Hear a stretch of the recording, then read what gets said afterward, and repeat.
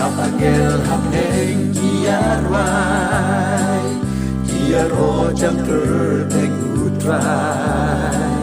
Jingloi ba kengki bensawa Bayau Jesus Christ laka Tugin yaro jam kerteng jongu Jisu kunu play Neng uwan ai langi jing pedin Tugin tiang ya kulung Jisu Hapo donu jongi Jik men kan long si lete jing jongi Ai bagin rakia Christmas Dalam siam basur bersisha Minai jaga ya Jisu Hapo donu jongi banka Tugin yaro jam kerteng jongu Jisu kunu play Neng uwan ai langi jing pedin Tugin tiang ya kulung Jisu Hapo donu jongi Jik men kan long si lete jing jongi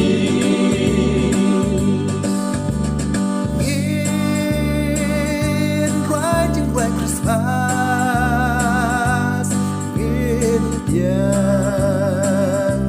ngau kudu play bau lai lakaket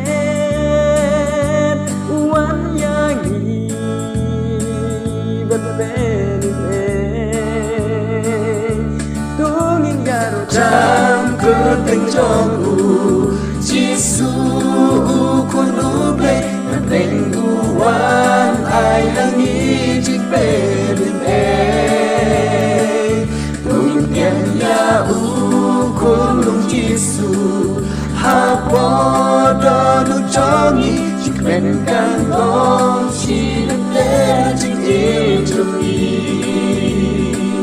Tugin yaro jam kerteng jongu Jisu kunu play Neng uwan ai langi jing pedin Tugin tiang ya kulung Jisu Hapo donu jongi Jik men kan long si lete jing jongi Jik men kan long si lete jing